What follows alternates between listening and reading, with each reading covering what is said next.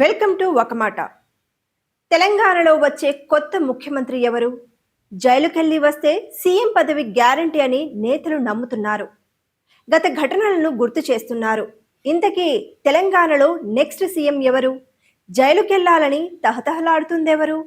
పూర్తి వివరాలు తెలుసుకునే ముందు మా ఒక మాటను సబ్స్క్రైబ్ చేయండి. మీ విలువైన సూచనలను కామెంట్స్ రూపంలో పెట్టండి. దేశంలో జైలుకు వెళ్లి వస్తే సీఎం పదవి ఖాయమన్న నమ్మకం రాజకీయ నేతల్లో బలంగా నాటుకుంది. జయలలిత, కరుణానిధి, జగన్, చంద్రబాబు, రేవంత్ రెడ్డి ఇలా అందరూ జైలుకు వెళ్లి వచ్చిన తర్వాత ముఖ్యమంత్రులు అయినవారే. ఇప్పుడు తెలుగు రాష్ట్రాల్లో జైలుకు వెళ్లాలన్న తహతహ నేతల్లో కనిపిస్తున్నట్టుంది.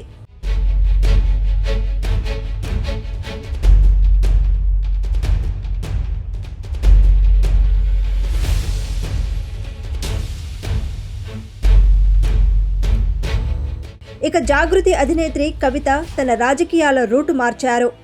సొంత పార్టీపై ఫిరంగులు ఎక్కుపెట్టి వరుస విమర్శలు, ఆరోపణలు చేసి బయటకు వచ్చారు.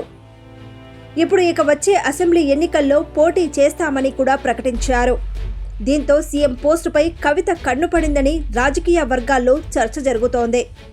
ఇక బీఆర్ఎస్లో కేసీఆర్ తర్వాత వర్కింగ్ ప్రెసిడెంట్గా చక్రం తిప్పుతున్న యువనేత సైతం ఫార్ములా కేసులో జైలుకు వెళ్లేందుకు సిద్ధమని సన్నిహితుల వద్ద ప్రస్తావిస్తున్నట్లు తెలుస్తోంది.